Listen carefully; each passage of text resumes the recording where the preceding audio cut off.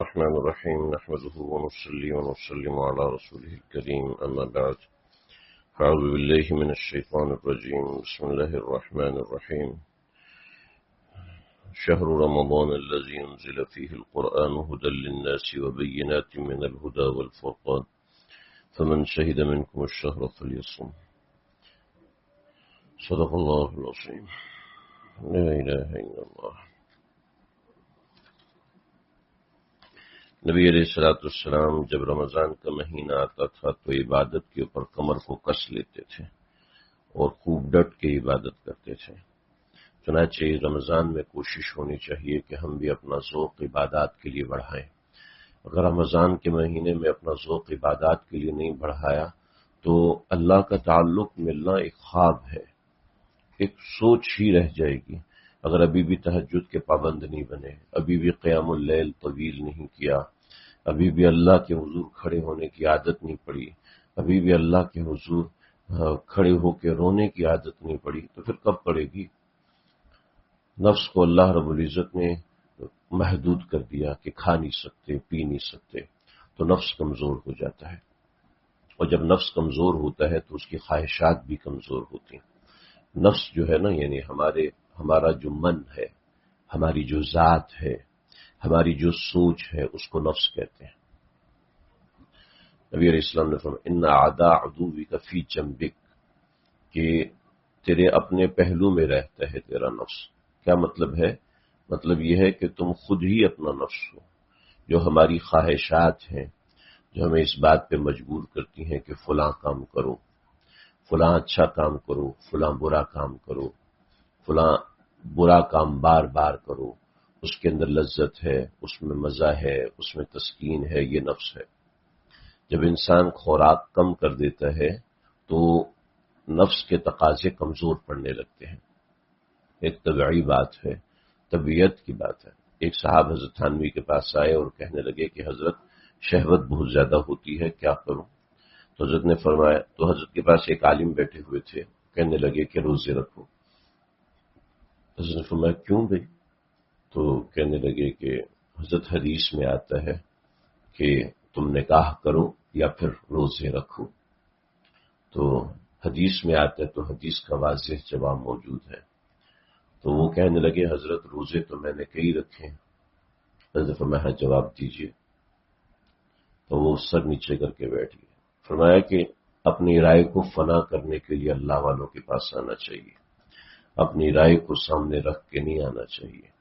جو لوگ خود رائے کے مرض میں مبتلا ہوتے ہیں، یعنی اپنی ایک رائے ہوتی ہے اور شیخ کی رائے میں اپنی رائے کو فنا نہیں کرتے، بس اپنی عقل کو عقل کل سمجھتے ہیں، اپنی ذات کو ذات کل سمجھتے ہیں. تو جب تک اپنی ذات اپنی عقل چلتی رہتی ہے تب تک فنائیت حاصل نہیں ہوتی. کہ دانہ خاک میں مل کر گل و گلزار ہوتا ہے. اپنی رائے کو شیخ کی رائے میں فنا کرنا، اپنی رائے کو اللہ والے کی رائے میں فنا کرنا، یہ للہیت کی طرف انسان کو لے کے جاتا ہے. جب تک خودی جب تک رہی ان کو نہ ڈھونڈ پایا، جب ان کو ڈھونڈ پایا تو خود عدم تھے، تمہاری حقیقت کیا تھی میاں آہ، یہ سب امداد کے لطف و کرم تھے. کہ جب تک خودی رہتی ہے، جب تک انسان کی اپنی ذات کی نظر میں اپنی کوئی حیثیت رہتی ہے، اپنی رائے کوئی رائے رہتی ہے، تو پھر وہ ظاہری بات ہے وہ کچھ بن نہیں سکتا. کہ دانہ خاک میں جاتا ہے تو تب اس میں سے کومپل نکلتی ہے، پھر درخت نکلتا ہے. اور اگر ہم خاک میں نہیں گئے، اپنی رائے کو اپنایا، کام کاج کے اندر، عبادات کے اندر، معاملات کے اندر، معمولات کے اندر اپنی رائے کو اپنایا تو پھر اپنی رائے ہی رائے رہ جاتی ہے، اپنے علاوہ کوئی دوسرا جہاں نظر ہی نہیں آتا. تو یہ نفس کو کمزور کرنے کا یہ طریقہ نمبر 1 روزہ. حضرت تھانوی نے فرمایا کہ ہاں بھائی اب بتاؤ کہ کیا علاج ہے. حدیث کا علاج تو تم نے بتا دیا، اور حدیث کا علاج یہاں غلط ثابت ہو گیا. وہ کہہ رہے میں روزے رکھ رہا ہوں مگر پھر بھی آرام نہیں آ رہا. تو کہنے لگے اب آپ فرمایا کہ اس وقت تک روزے رکھو جب تک نفس کمزور نہ ہو جائے.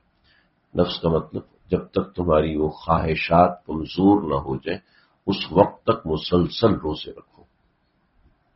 چنانچہ عمل کیا تو فائدہ ہو گیا۔ اور اس کے ساتھ اور بہت سی چیزیں ہوتی ہیں جو ہم عام طور پہ نوجوان بچوں کو تو نہیں بتاتے، لیکن مجالس میں بتاتے ہیں کہ اس کے ساتھ شیخ کی توجہات ہوتی ہیں۔ نبی علیہ الصلوۃ والسلام کے پاس صحابی آئے کہ زنا کی اجازت چاہیے۔ آپ نے فرمایا کہ اگر کوئی تمہاری بہن سے مانگے تو کیا کرو گے؟ تلوار نکالی کہ قتل کر ڈالوں گا۔ تو آپ صلی اللہ علیہ وسلم نے نصیحت فرمائی کہ بھی جس سے تم زنا کی اجازت مانگ رہے ہو وہ عورت کسی کی بہن ہوگی نا؟ تو سمجھ میں نہیں آیا، نہیں سمجھ میں آیا۔ تو نبی علیہ الصلوۃ والسلام نے پھر اس کے سینے پہ ہاتھ رکھا اور فرمایا کہ اللہم طہر قلبہ وحسن فرجہ، اے اللہ اس کے سینے کو پاک کر دیجئے۔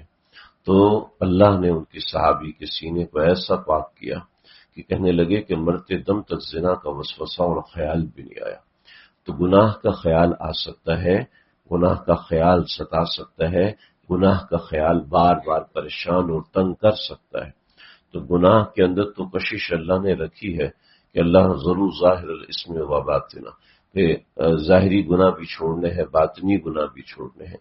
اور پھر فرمایا نبی علیہ الصلوۃ والسلام نے حجبت الجنت بالمکارہ وحجبت النار بالشہوات، کہ آگ کو اللہ نے شہوات سے ڈھانپا کہ مزے مزے کی چیزیں ہیں، حرام و حلال کی تمیز نہیں ہے، تو اس چیز سے ڈھانپا ہوا ہے۔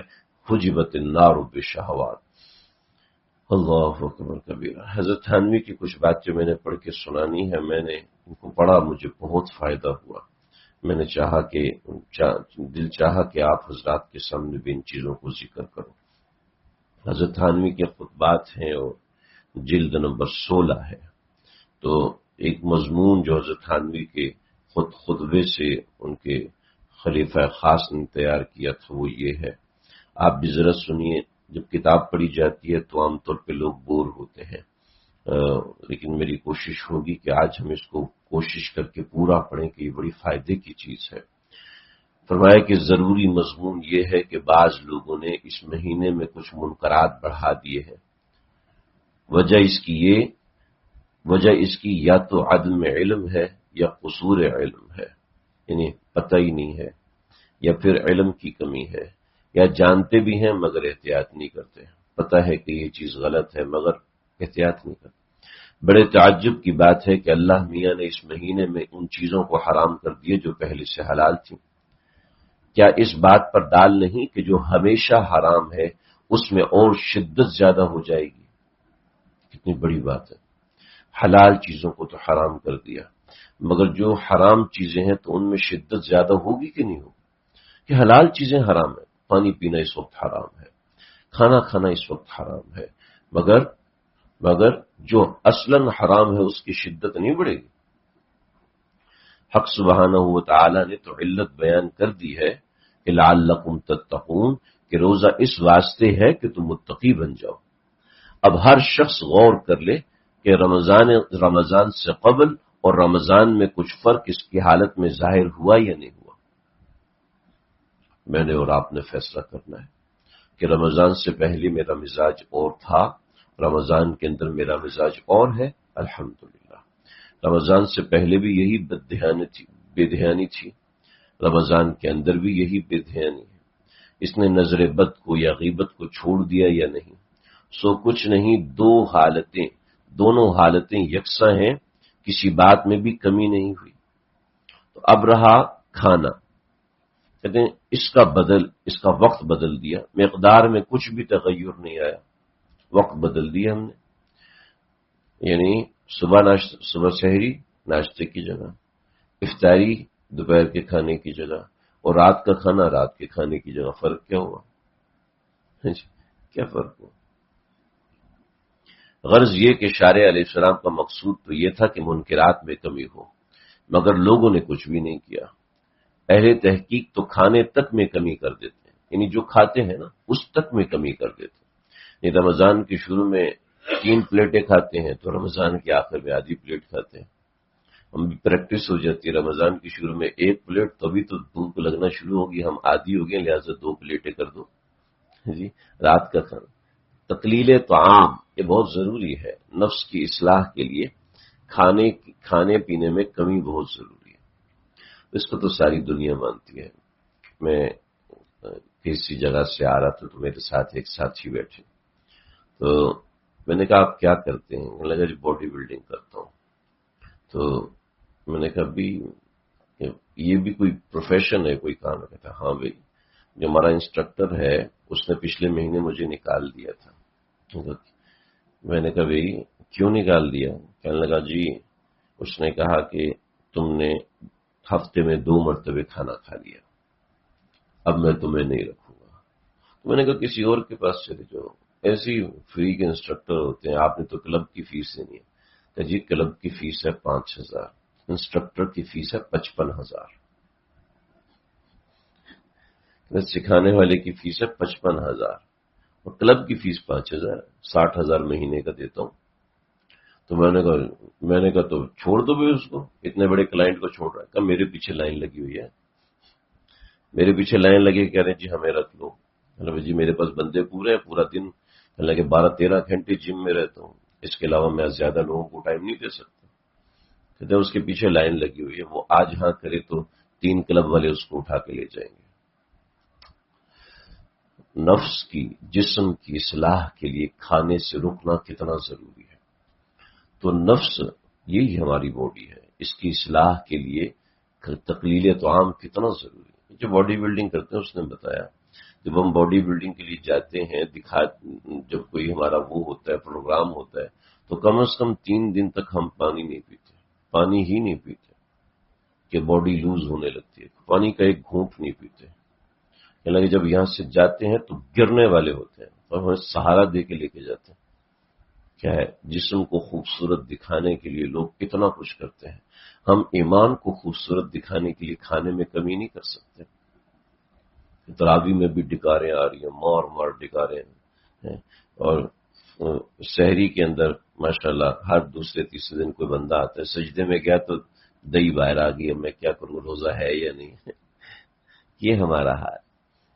ہم اونٹ کی طرح سمجھتے ہیں اندر سٹور کر لیں گے، جو کہ کم از کم 10 بجے تک تو چلے گا. یہ کیا بات ہوئی؟ وہ اسی سے ایک وقت کا کھانا کم ہو رہا ہے، وہ بھی ہم رات کو پورا کر لیتے ہیں. اور افطار میں وہ کچھ کھاتے ہیں جو پورا سال ملتا ہی نہیں ہے، دیکھنا بھی نصیب نہیں ہوتا. 2 مہینے کے بعد کہیں پر گئے تو بچوں نے کہا لگتا ہے رمضان آ گیا. تو جی یہاں ہم پکوڑے کھائے ہیں. کہ رمضان کے علاوہ تو ملتے ہی نہیں ہے، کھاتا ہی نہیں ہے بندہ. عام طور پہ رمضان میں اللہ رزق بڑھا دیتے ہیں، مگر یہ ہے کہ ہم نے اس کا دھیان کرنا ہے. اپنے نفس کو کمزور کرنے کے لیے کھانے پینے کی عادات میں کمی ہونا ضروری ہے. اگر کھانے پینے پہ ٹانگ باندھی ہوئی ہے جی یہ، اور بیوی بیچاری زور کے بعد لگتی ہے، کھڑی ہوئی ہے کچن کے اندر، جو اچھی بیوی ہے. وہ ایک صاحب نے بتایا کہ بھئی ایک صاحب آئے روٹی لینے کے لیے، ویگو ڈالے سے اترے اور کہا اے روٹی دے. الارم سے لائن میں کھڑا ہوں. تمہیں ویگو ڈالے میں ٹنٹڈ گلاسز ہیں، تو اس کے ساتھ ایسے بات کرے. شیر کا بچہ ہوتا تو بیوی سے پکوا لیتا نا، بھی تمہاری طرح گیدڑ ہے مجھ سے پکوا رہا ہے. تو میں جانتا ہوں کتنے شیر کے بچے ہیں. بھائی سے روٹی لانا منع نہیں ہے بھائی، لیکن یہ ذہن میں رکھیے کہ کھانے پینے کا بڑا اثر ہوتا ہے جسم کے اوپر. کھانے پینے کے بڑے اثرات ہوتے ہیں. چنانچہ پہلے ہمارے اکابرین کھانے پینے پہ قلت طعام سے نفس کی اصلاح بڑی ہوتی ہے. کہ قلت طعام، پھر ہم لوگ، اگلی بات یہ کہ ہم لوگ نا مزیدار کھانے کے شوقین. اگر کوئی سادہ کھانا ہمارے سامنے آ جائے تو منہ گوبھی کی طرح پھول جاتا ہے. ٹھیک ہے، اور سادہ جی آلو میں نے نہیں کھانے، گوبھی میں نے نہیں کھانی، بھنڈی میں نے نہیں کھانی، کریلے میں نے نہیں کھانے. کیا کھانا ہے جی؟ گوشت کھانا ہے. کیا کھانا ہے؟ وہ کم شوربے والا گوشت کھانا ہے. کیا کھانا ہے؟ نوڈلز کھانے ہیں. کیا کھانا ہے؟ وہ جو گند بلا ہے، جو گند بلا ہے. وہ ہمارے استاد جی مولانا حنیف صاحب وہ فرماتے تھے کہ ایک زمانے تک ہم جو کولڈ ڈرنک ہے نا اس کو ہمیں پتہ ہی نہیں تھا اس میں ہوتا کیا ہے. کسی کے گھر گئے باسی پانی دے رہے ہو، 3 مہینے پرانا رکھا ہوا تازہ پانی لاؤ. تب باسی کہتے فریج کا پانی نہیں پیتے. کہتے یہ تو باسی پانی ہے، تم نے کم از کم 3-4 گھنٹے تازہ نکال کے لاؤ، تازہ پانی لے کے آؤ. تو ہم ویسی باسی کھا کھا کے باسی ہو چکے ہیں. اللہ اکبر. کھانا کم ہوگا نا تو بستر پہ نیند کم آئے گی. کھانا جتنا مزیدار ہوگا پھر نیند بھی اتنی مزیدار آئے گی. وہ نبی علیہ الصلوۃ والسلام حضرت میمونہ کے گھر گئے. جب حضرت میمونہ کی باری تھی تو حضرت میمونہ رضی اللہ تعالیٰ عنہ نے جو بستر تھا اس کو چہرا کر کے بچھا دیا. پہلے دوہرا کر کے بچھاتی تھی کہ اگر رات میں کچھ ٹھنڈ محسوس ہو تو ایک حصہ نیچے اور ایک حصہ اوپر. تو حضرت میمونہ نے بستر کو چہرا کر کے بچھایا کہ نیچے تھوڑا سا نرم ہو، گرمی زیادہ تھی. تو آپ صلی اللہ علیہ وسلم کی تہجد میں آنکھ ایک دفعہ اٹھے تو پھر دوبارہ آنکھیں تھوڑی سی چوڑی ہوئی، پھر لیٹ گئے. پھر آپ نے فرمایا میمونہ یہ آج کیا ہے کہ میری آنکھ نہیں کھل رہی؟ یا رسول اللہ میں نے بستر کو چہرا کر دیا. آپ نے فرمایا تو نے تو مجھے قتل ہی کر دیا. میں بھی کہوں کہ مجھ سے اٹھنے کیوں نہیں ہو رہا. میں نہیں کہہ رہا کہ آپ بستر پہ نہ بیٹھے، میں نہیں کہہ رہا آپ نہ شریعت آپ کو یہ کہتی ہے، لیکن ہمارے نبی نے ہمیں کیا سکھایا کہ اس جسم کو جتنی آسائش دو گے یہ اتنی آسائش کا عادی ہوگا. اس کو زبردستی کھڑا کرو اللہ کے سامنے. اس کو زبردستی. صحابہ کرام تو ایسے نماز پڑھتے تھے کہ ایک صحابی نے آ کے پوچھا یا رسول اللہ جب سجدہ کرتا ہوں تو کنکر اتنے زیادہ گرم ہوتے ہیں کہ ماتھے کے اوپر زخم ہو جاتا ہے. تو آپ نے فرمایا کہ ایک دفعہ ہٹا دیا کرو، بس ایک بار ہاتھ سے ہٹا دیا کرو. بعض صحابہ تو اپنی آستین نیچے بچھا کے اس کے اوپر سجدہ کرتے تھے، پھر آ کے پوچھتے یا رسول اللہ کیا اس کی اجازت ہے؟ حضرت علی رضی اللہ عنہ نماز پڑھ رہے تھے تو پیچھے ایک صاحب آ کے بیٹھے، کہنے لگے جب میں نے سجدہ کیا تو میں نے اپنے کور کے اوپر یعنی اپنے بازو کا کپڑا بچھا کے اس کے اوپر سجدہ کیا کہ میرا ماتھا جل رہا تھا. تو یعنی نماز کے اوقات کے اندر اس نوعیت کی احادیث آتی ہیں کہ اس گرمی میں نماز پڑھ لیا کرتے تھے، یعنی اس وقت میں وہ نماز پڑھ لیا کرتے تھے. یعنی اپنے جسم کو آسائشوں کا عادی نہ بنائیں. آسائش لیجئے، آسائش لینے میں آسائش اللہ کی نعمت ہے، اس پہ شکر ادا کرنا ہے، مگر اس کا یہ مطلب نہیں ہے کہ ہم ہر وقت آسائشوں کے عادی ہو جائیں. جہاں کی آسائش نہیں ملی وہاں فوراً منہ بنا لیا. ہمارے ایک ساتھی تھے، وہ اتنے نازک تھے، وہ اتنے نازک. ہم رابعہ میں پڑھتے تھے تو وہ اس بیچارے کا کیا ہوا، وہ ہمارا کوئی پٹھان ساتھی تھا. تو پٹھان ساتھی نے کہا ارے چل بڑا آیا. پٹھانوں کے لیے تو یہ ایک عام سی بات ہے نا، ابھی چھوڑ. تو اس نے کہا مجھے چھوڑیں کیوں نہیں کہا، چھوڑ کا. فوراً روتا روتا کلاس سے چلا گیا. استاد جی نے بلایا بھیا کہاں جا رہے ہو، آ جاؤ. نہیں، چلا گیا. کوئی آدھا پونا گھنٹہ گزرا تو ایک سوٹڈ بوٹڈ عورت مدرسے میں، کس نے میرے بیٹے سے بدتمیزی کیا؟ وہ پتہ چلا نیچے چوکیدار کو دھکا دے گیا. مدرسے کے اندر آنا تو گھسنا تو آسان نہیں، کبھی کوئی عورت نہیں ہے. وہ ایک جرمنی کی سفیر ایک عورت تھی، حکومت کے زور دینے پہ وہ آئی، لیکن دوسری یہ آئی. چوکیدار کو دھکا دیا، میرے بیٹے سے بدتمیزی کیا. کون ہوتا ہے؟ اس کی اماں آئی اور وہ آگے ناظم صاحب کو بلا لیا. روز شور مچ گیا. بھئی کیا ہوا جی؟ یہ جی آپ چلی جائیں، ہم انشاءاللہ دیکھ لیں گے. وہ واپس چلی گئی. اس کے بعد جو اس کا مذاق اڑایا ہم نے، ارے نہیں کرو، منصور اماں کو بلا لے گا. ارے نہیں. اس کو آہستہ آہستہ سمجھ میں آنے لگا یہ میں نے بہت بڑی غلطی کر دی. کہ شکر ہے اس کو 1 سال میں سمجھ میں آ گیا. 1 سال جب اس کو صحیح پکایا ٹائٹ کر کے اس کو سمجھ میں آ گیا. اللہ، جب اپنے آپ کو آپ عادی نہیں بنائیں گے تو نازک بنتے چلے جائیں گے. بھوک برداشت کرنے کی عادت ہونی چاہیے کہ پیٹ میں بھوک ہو. ظہر اور عصر کے درمیان بھوک اور پیاس کا ہلکا احساس ہونے لگتا ہے، کیونکہ ابھی موسم اچھا ہے. ورنہ تو پچھلے 4-5 سال پہلے تو زبان نکل آتی تھی نا، لیکن ابھی موسم بہت اچھا ہے. تو اپنے آپ کو اس کا عادی بنانا چاہیے کہ کچھ بھوک برداشت کرنے کی عادت ہو. یعنی کہ بیوی کا سر کھا لیے کہ یہ بھی بناؤ یہ بھی بناؤ. بیچاری فرائی کر رہی ہے اور یہاں سے فرائی کرتی ہے، اس کے بعد جناب ڈاکٹر سے اپائنٹمنٹ لیتی ہے. جی شور کو کھٹی ڈکاریں آ رہی ہیں، کھٹی ڈکاریں آ رہی ہیں. ایک ہاتھ میں سموسہ، ایک ہاتھ میں پکوڑا اور ایک ہاتھ میں فون لگا ہوا ہے. ڈاکٹر صاحب کیا کھاؤں؟ حضرت تھانوی نے لکھا ہے ایک آدمی کا پیٹ خراب ہو گیا. طبیب کے پاس گیا، کہنے لگا پیٹ خراب ہو گیا تو کیا کھاؤں؟ تو طبیب کہنے لگا ابھی بھی کھانے کا ہی پوچھ رہا ہے کھانے کا ہی پوچھ رہا ہے۔ پہلے اطباء ہوتے تھے، میں حضرت کے پاس گیا تو میں نے کہا حضرت طبیعت صحیح نہیں ہے، پیٹ خراب ہے، تو حضرت میں کم از کم 2 وقت کا کھانا مت کھانا۔ تو میں نے کہا جی، میں نے کبھی خود تو حضرت 4 5 دوائیاں کھاتے ہیں، مجھے کہتے 2 وقت کا کھانا مت کھانا۔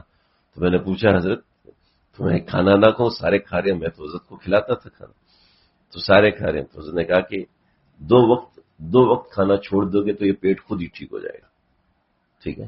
ہمارے معدے کمزور ہو چکے، ہم بوڑھے ہو چکے، تو اب یہ خود سے کام نہیں کرتا، لہذا جب آپ کھانا چھوڑتے ہو تو آپ کا جسم اپنی قوت کو استعمال کرتا ہے، ورنہ سویا رہتا ہے۔ اسی طریقے سے جب آپ مجاہدہ برداشت کرتے ہیں تو مزاج میں گناہ چھوڑنے کی عادت پیدا ہوتی ہے۔ اللہ اکبر۔ میں اسی کو دیکھ لیجئے کہ صبح کی نماز اس مہینے میں اپنے وقت پر ہوتی ہے یا نہیں، صبح کی نماز پڑھ رہا ہے کہ نہیں پڑھ رہا؟ اگر پڑھ رہا ہے، فرق آ رہا ہے تو اس بہتری ہے۔ اس نماز کی تو وقت سے تاخیر کرنے کی عادت ہو گئی، بہتروں کی تو قضا ہوتی ہے، قضا نہ ہو تو اس قدر تاخیر تو ہوتی ہے جس سے جماعت فوت ہو جائے۔ خوش ہیں کہ ہم نے روزہ رکھ لیا، خوش ہیں کہ ہم نے روزہ رکھ لیا، لیکن بڑا تعجب ہے کہ نماز کو چھوڑ دیا۔ روزہ کیا کفایت کر سکتا ہے؟ اللہ نے مغفرت کو اس قدر بڑھا دیا کہ 10 گنا ہو گیا ثواب، 10 گنا ثواب کا وعدہ فرما دیا، اور ہم اس قدر گناہ کرتے ہیں کہ حسنات باوجود اتنے بڑھانے کے بھی سیئات کے برابر نہیں ہوتی۔ چاہیے تو یہ تھا کہ حسنات کی تعداد بڑی ہوئی رہتی، اس کو بھی جانے دیجئے، برابر تو رہتی، لیکن پھر بھی حسنات جو ہیں وہ کم ہیں اور برائیاں زیادہ ہیں۔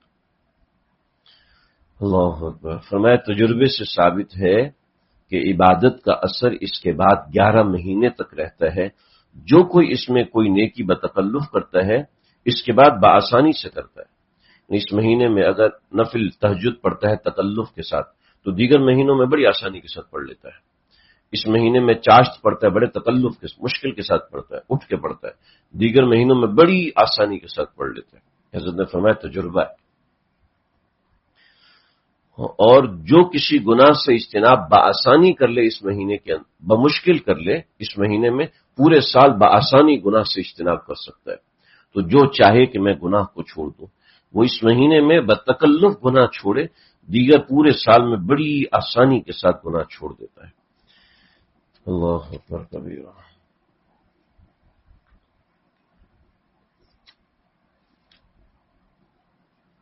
فرمایا کہ اگر نفس کم ہمتی ہی کرے تو اس سے یوں کہو کہ یہ جو حکام وقت کے احکام ہیں ان کو تو کس طرح مانتا ہے، اس کو بھی حاکم حقیقی کا حکم سمجھ کے مانو، پھر دوسرے لوگ بھی انشاءاللہ تم سے معارضہ نہ کریں گے۔ اور میں خود میرا ہی قصہ ہے کہ کبھی زیور بنواتا تو چاندی کے واسطے روپے دینے سے ربا لازم آتا ہے، تو اس لیے جب کبھی زیور بنوانے کا اتفاق ہوتا تو میں چاندی دوسری جگہ سے خرید کے دے دیتا تھا۔ یہ ایک مسئلہ تھا، اس مسئلے کے حوالے سے کچھ بات ہے، خیر اس کو میں ذکر نہیں کرتا۔ حضرت تھانوی نے ایک بڑی زبردست بات کہی، میں چاہتا ہوں کہ اس بات کو ہم بڑی توجہ سے سنیں۔ فرمایا کہ بادشاہ کے سامنے کوئی چیز لے جائیے اور وہ اس کی نسبت منظوری اور عدم منظوری کچھ بھی ظاہر نہ کرے۔ آپ بادشاہ کے پاس گئے، وزیر اعظم سے ملنے گئے، وزیر اعظم چھوڑیں، کسی کونسلر سے ملنے گئے، کسی چھوٹے وزیر سے ملنے گئے، ظاہری بات آپ وہاں جائیں گے تو خالی ہاتھ تو نہیں جائیں گے نا، کچھ لے کر جائیں گے۔ فرمایا کہ اس کی منظوری اور عدم منظوری کچھ بھی ظاہر نہ کرے، مگر اس میں سے عیب نہ نکالے، اور لوگوں سے کہ نوکر سے ہاں اس کو رکھ لو، تو جانے والے کا دماغ آسمان پہ پہنچ جاتا ہے اور لوگوں کو سناتا پھرتا ہے کہ بادشاہ کو ہم نے ہدیہ دیا اور اس نے ہدیہ قبول کر لیا۔ مجھے یہ بات سمجھ میں نہیں آتی تھی کیونکہ ہم کیا جانے بادشاہ کیا ہوتے ہیں۔ مجھے ایک خاتون نے فون کیا، کہنے لگی جی میں نے اپنا ایک برانڈ لانچ کیا ہے اور میرا یہ برانڈ تقریباً پچھلے 10 سالوں سے چل رہا ہے، فلاں پروگرام آ رہا ہے ARY پر، اس میں میرے برانڈ کی منظوری ہوئی ہے کہ کہ جو سوال کا جواب دیں گے ان کو میرا برانڈ انعام کے طور پر دیا جائے گا. عام اس کے کپڑے تھے، عام جوڑے تھے اس نے جو لگایا ہوا تھا اشتہار، اس میں 36 ہزار کا جوڑا اس کا. کہنے لگا کہ میرا جو برانڈ ہے وہ برانڈ جو ہے وہ ARY پہ قبول ہو گیا ہے، اپروو ہو گیا ہے کہ یہ ایز اے گفٹ جو ہے وہ 3 لوگوں کو دیا جائے گا جو صحیح جواب دیں گے. کوئی کوئز وغیرہ ہوتا تھا، اس میں صحیح جواب دیں گے. اور جس دن وہ ایپیسوڈ تھی وہ اتنا زیادہ خوش تھا. میں نے کہا ہمارا ان سے کیا واسطہ، مجھے کیوں بتا رہی؟ جی آپ دعا کریں. میں نے کہا بھائی پہلے تو ہمارا پروگرام اس سے واسطہ نہیں. خیر پر وہ کوئی سیاست سے تعلق رکھنے والی خاتون تھی، کوئی اصلاحی تعلق نہیں، بس دعا کا ایک تعلق تھا. چند ایک مسائل پوچھتی تھی. تو مجھے جب ان کی خوشی نظر آئی تو یہ بات سمجھ میں آئی، یا اللہ، ایک عام پروگرام میں کوئی 10 سیکنڈ کا نام پکارا گیا کہ اس کے برانڈ کے انعامات دیے جا رہے ہیں، اور ایک ایک انعام اس کو کوئی پتہ نہیں 1.5-2 لاکھ کا پڑا تھا، اور 3 کر کے 3 یعنی 9 انعام تھے. اور وہ خرچ بھی کر رہی ہے اور پاگلوں کی طرح خوش بھی ہو رہی ہے کہ میرا برانڈ جو ہے وہ ٹی وی پہ چلا گیا، میرا برانڈ فلاں جگہ قبول ہو گیا. اب ذرا سمجھیے کہ ہمارے اعمال اللہ کے حضور قبول کیے جا رہے ہیں. ہمارا روزہ اللہ کے حضور قبول کیا جا رہا ہے، ہماری نماز اللہ کے حضور قبول کی جا رہی ہے. تو مومن کا اللہ سے کیسا تعلق اور کیسی خوشی ہونی چاہیے. اور میں اور آپ خود دیکھیں کہ ہمارا اللہ سے کیا تعلق بن رہا ہے کہ اللہ کے ہاں میرا قرآن پڑھنا قبول ہو رہا ہے، میرا روزہ ہونا قبول ہو رہا ہے، میرا روزہ رکھنا قبول ہو رہا ہے، میرا اعتکاف بیٹھنا قبول ہو رہا ہے، نماز پڑھنا قبول ہو رہا ہے. اس لیے تو اللہ دوسری بار نماز کی توفیق دے رہے ہیں. یہ اللہ کے ہاں قبول ہو رہا ہے. جب اللہ کے ہاں قبول ہو رہا ہے تو پھر آپ خود سمجھیں. فرمایا کہ ایک نماز ہی کو لے لیجئے اس وقت نظیر کے واسطے، مثال کے واسطے، کہ کھڑے ہوتے ہی اللہ میاں سے باتیں کرنے کو، اور کہتے ہیں کہ کھڑے ہوتے ہیں اللہ میاں سے باتیں کرنے کو اور کرتے ہیں کس گاؤں خر سے. یہ ایک محاورہ تھا. یعنی کھڑے ہوتے ہیں نماز میں، ہم نے اللہ سے باتیں کرنی ہے، مگر دماغ کہاں ہوتا ہے؟ کبھی اس دکان میں، کبھی اس دکان میں، کبھی اس برانڈ میں، کبھی اس برانڈ میں، کبھی اس بچے میں، کبھی اس بچے میں، کبھی اس مسئلے میں، کبھی اس مسئلے میں. نماز میں اللہ کے سامنے کھڑے ہیں. فرمایا کہ ایک مثال یوں لیجئے کہ ایک بادشاہ نے محض اپنی عنایت سے، مثال تھوڑی سی لمبی ہے، ہو سکتا ہے آپ لوگ بور ہو جائے، مگر ہے بڑی اہم مثال، اور اس مثال کو اپنے اوپر رکھیں. یا میں غلام بول رہا ہوں تو میں غلام کی جگہ اپنے آپ کو رکھوں، اور آپ غلام کی جگہ اپنے آپ کو رکھیں. کہ ایک غلام کو بادشاہ نے اپنے دربار میں حاضری کی اجازت دی، بلکہ یوں کہیے کہ زبردستی بلایا. جی، زبردستی بلایا نہیں، بلکہ پابا زنجیر ہو کر دربار میں پہنچایا کہ آؤ، آنا ضروری ہے، آؤ، آنا ضروری ہے. پہنچے اور بادشاہ کے سامنے چلے گئے. اب بادشاہ کے سامنے جا کے بادشاہ کہنے لگا میں نے آپ سے کوئی بات کرنی ہے، اور آپ نے منہ ادھر کر لیا. بادشاہ ادھر آ گیا آپ کے سامنے کہ میں نے آپ سے بات کرنی ہے، آپ نے منہ ادھر کر لیا. جی، بادشاہ نے کہا بات کرنی ہے، آپ نے کانوں میں ہاتھ لگا لیا. بادشاہ نے کہا مجھے آپ سے بات کرنی ہے. آپ کہنے لگے یار میرا بچہ جو ہے نا وہ ایسے ہے، میرا رزلٹ صحیح نہیں ہے، میرے اسکول میں یہ، میرے کالج میں یہ، میرے دفتر میں یہ، میرے فلاں یہ. اللہ کہہ رہے میں نے تم سے بات کرنی. یہ کہہ رہے جی میرے کچن کے اندر فلاں چیز ہے کہ نہیں ہے، ٹھیک ہے، میرے کچن کے ٹماٹر پورے ہیں کہ نہیں، فریج کا سامان پورا آیا کہ نہیں آیا، اور جو فلاں عورت نے سوٹ پہنا ہوا تھا نا وہ سوٹ میں نے دیکھا، اب میں نے تاڑا ہوا ہے، اس کا ڈیزائن تاڑا ہوا ہے. فرماتے تھے کہ عورتیں میت پہ جاتی ہیں تو دونوں ایک دوسرے سے ملتے ہیں، او کر کے ایک دوسرے کو گلے لگاتی ہیں، خوب روتی ہیں. اس کو بولتے ہیں بہن یہ چھوڑا کہاں سے لیا ہے، سلوایا کس سے ہے، بڑا زبردست سلا ہوا ہے، مجھے بعد میں بتانا، فون کرنا، واٹس ایپ کر دینا اس کی تصویر، بڑا اچھا لگ رہا ہے.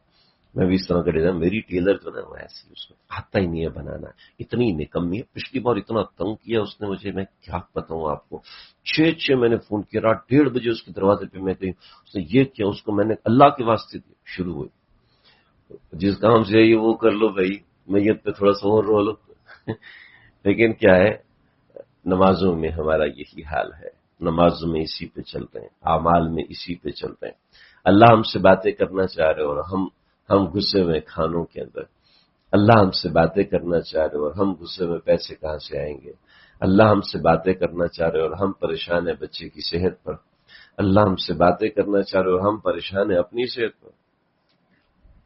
اب مجھے بتائیے، بادشاہ بات کرنا چاہ رہا ہے اور یہ دوسرے کاموں میں لگ جائے، کبھی اپنے بچے سے بات کرنے لگے، کبھی بیوی سے بات کرنے لگے، تو بادشاہ کیا کرے گا؟ اٹھا کے ایک لگائے گا کہ ڈالو اس کے جیل میں، بھی ہم اس کے بچوں کو بھی سیدھا کرتے ہیں، اس کے ساتھ جو بھی ہم سیدھا کرتے ہیں اس کو، ایسے ہی کرے گا نا بادشاہ۔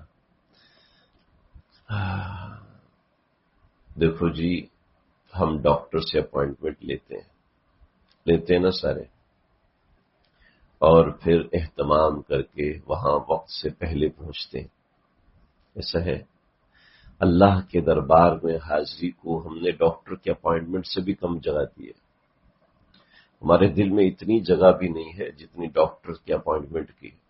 کسی کونسلر سے، کسی وکیل کا اپوائنٹمنٹ ہو تو بڑی بات ہے، ارے ڈاکٹر کا اپوائنٹمنٹ بھی ہمیں اللہ کے دربار سے زیادہ بڑا لگ رہا ہوتا ہے۔ پھر وہاں سے کیا لیں گے؟ وہاں سے ملے گا کیا؟ دوستو اپنی کمیاں دور کریں، لیکن اس ساری باتوں کے باوجود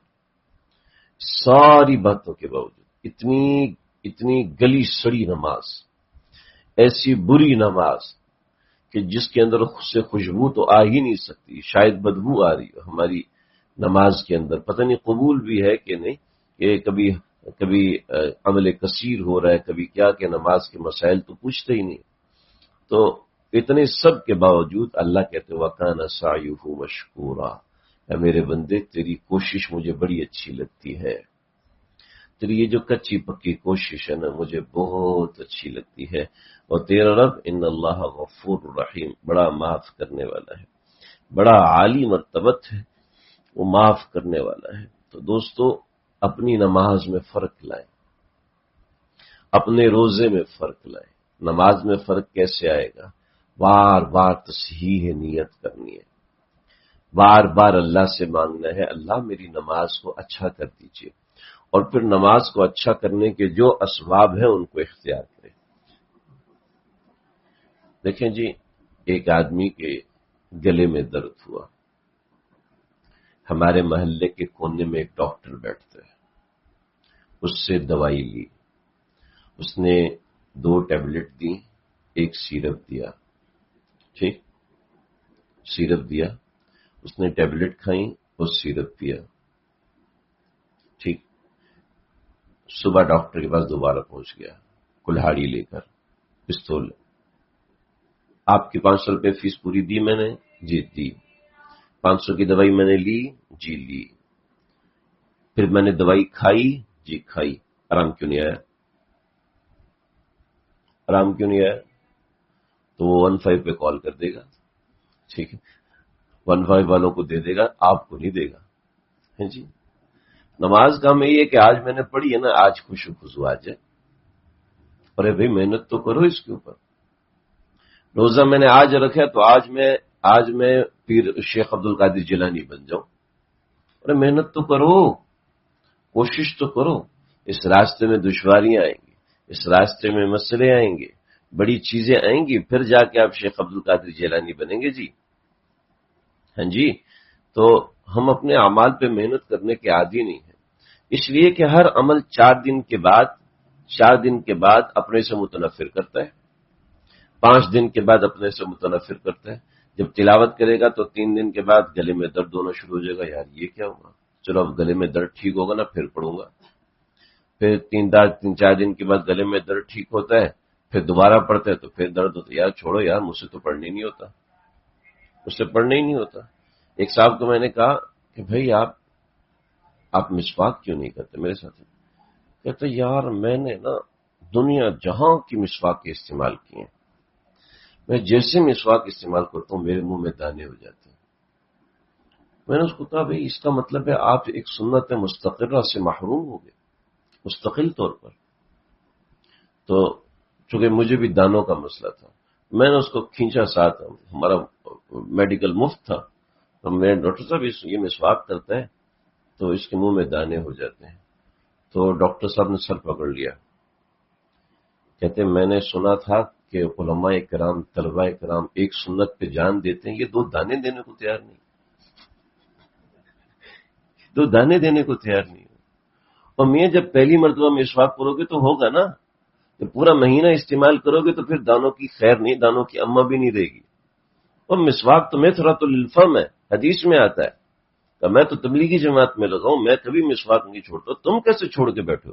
مجھے سمجھ میں نہیں آتی، تم پڑھتے کیسے ہو؟ نکلو یہاں سے، تمہارا داخلہ منسوخ کروا تو میں بھی مولانا مزہ صاحب کو بتا کہنے لگا یہی تو صحیح میرا علاج کیا۔ آج بھی جب رابطہ ہوتا ہے کہتا مسواک ہے، میں نے کہا جی جی ہے، رکھی ہوئی ہے۔ تو کیا ہے کہ ہم کوشش ہی نہیں کرتے، اور جب 3 دن 4 دن آپ عمل کرتے ہیں تو عمل آپ کو دھکے مارتا ہے، عمل آپ کو زور سے دھکا مارتا ہے کہ نکل جاؤ یہاں سے۔ جیسے 3-4 دن مسجد میں جاتے تو پھر مسجد دھکا مارتی ہے کہ نکلو یہاں سے، یہ تمہاری جگہ ہی نہیں ہے، تم یہاں پہ اچھے نہیں لگتے۔ ہمارے ایک دوست کمپیوٹر آپریٹر اور کمپیوٹر انجینئر، تو کہنے لگا آج میں نے بڑا عجیب واقعہ دیکھا۔ بھائی کوئی ایسا ہو تو ناراض نہیں ہو گئی، میں نے آج بہت عجیب واقعہ دیکھا۔ میں نے کہا کیا دیکھا؟ کہ ایک شخص ہے جس نے پولیس کی وردی پہنی ہوئی ہے اور اس کے آگے لیپ ٹاپ ہے۔ میں نے زندگی میں پہلی بار دیکھا، مجھے اچھا نہیں لگ رہا تھا ابھی۔ آپ تو فیلڈ میں اچھے لگتے ہیں، آپ لیپ ٹاپ کے سامنے کیا کر رہے ہیں؟ یہ میں نے زندگی میں پہلے، وہ اس زمانے میں تو ڈیسک ٹاپ تھے، ڈیسک ٹاپ سے پھر لیپ ٹاپ، تو ویسے بھی وہ پولیس والوں کا کیا کمپیوٹر کا، تو وہ کمپیوٹر آپریٹر رکھ لیتے تھے۔ تو جب آپ کوئی نیا کام کرتے ہو تو اجنبی لگتا ہے، جب آپ اعمال کرتے ہیں تو آپ کو اجنبی لگتے ہیں، وہ اعمال آپ کو دھکے دیتے ہیں۔ چنانچہ عورت ہے وہ مارکیٹ کے اندر 6 گھنٹے بھی گھوم لے گی، اور مرد ہے 1 گھنٹے کے بعد کہے گا ہائے اللہ تھک گیا ہوں، اے اللہ کدھر جاؤں، بس کریں جی بہت ہو گئی، بس کریں جی ایسا ہو گیا ویسا ہو گیا۔ ایک گھر کا قصہ سامنے آیا کہ کیا ہوا، 3 گھنٹے مارکیٹ میں لگایا اس نے، قسم سے 15 منٹ لگائے، قسم اٹھوا لے 15 منٹ، قسم کی کیا بات کر رہے ہو؟ فون کیا تھا 2.5 گھنٹے پہلے، یہ دیکھو کال لاگ ہے۔ اچھا پتہ نہیں، میں تو 2 دکانیں دیکھی۔ تو کیوں؟ اس لیے کہ وہ مارکیٹ زیادہ جاتی ہے تو وہ یوزڈ ہو گئے مارکیٹ سے، ان کو پتہ ہی نہیں چلا 3 گھنٹے 4 گھنٹے مارکیٹ میں وقت گزر جاتا ہے۔ اور اس بیچارے کا مارکیٹ میں کام نہیں ہے تو بیچارے کو وہ 1 منٹ دیکھ کے 1 منٹ اور ہو گیا، اب کیا کروں؟ پھر 1 منٹ اور ہو گیا، اب کیا کروں؟ کیا ہے، جب ہم اپنے آپ کو گندی چیز کا عادی بنائیں گے تو مزاج بھی گندا ہوگا نا۔ ہم اپنے آپ کو اعمال کا عادی نہیں بناتے، چنانچہ اعمال اجنبی لگتے ہیں، اعمال دھکے دیتے ہیں کہ نکلو یہاں سے، تم ہمارے بندے ہی نہیں ہو۔